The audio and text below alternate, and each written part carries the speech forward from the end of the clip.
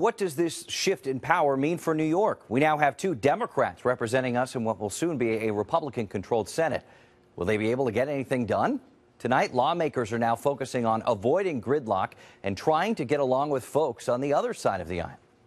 Good afternoon, everybody. For once, the president and GOP politicians seem to agree on something. Obviously, Republicans had a good night. Voters knocked Democrats out of power in the Senate and served at least 7 more seats to Republicans. So what happens now?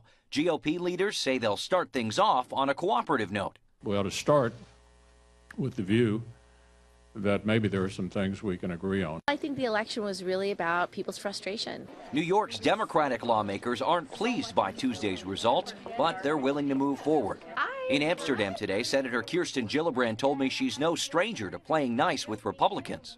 You know, I've always worked across party lines. Every bill I've ever passed, I've been able to do it with strong Republican support. What about funding for projects here in New York State? Gillibrand thinks that's a non-issue. There are no earmarks anymore.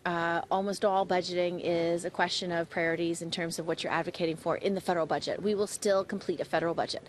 Make no mistake, Republicans have the power, and they've already announced they'll push their agenda. I think that there'll be a quickened pace on some things, and there'll still be a very deliberate pace on others. But at least for now, the focus is on getting along and getting Washington running smoothly once again. We can come together.